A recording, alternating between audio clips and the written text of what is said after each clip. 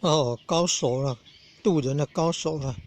太北啊，一位阿嬷76岁了，参加3天法会后会发愿呢，会立即清口，还发愿要渡7000人了。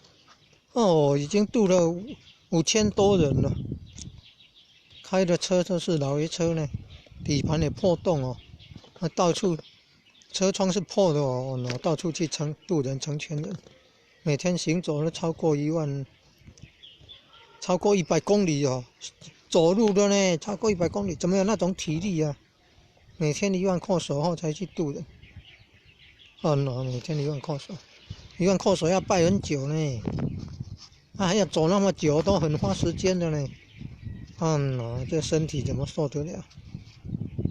花很多时间工作，就缺少休息时间了，可能连吃东西都没有好好吃，可能休息也都没有充分了。竟然有这么多的能量可以做这些事情，真不简单了。泰国也赞赏不已，一年求道人数高达50万了。传播泰国40年间，诸佛菩萨护持大帮助道之下，泰国一地求道总人数突破1200多万了。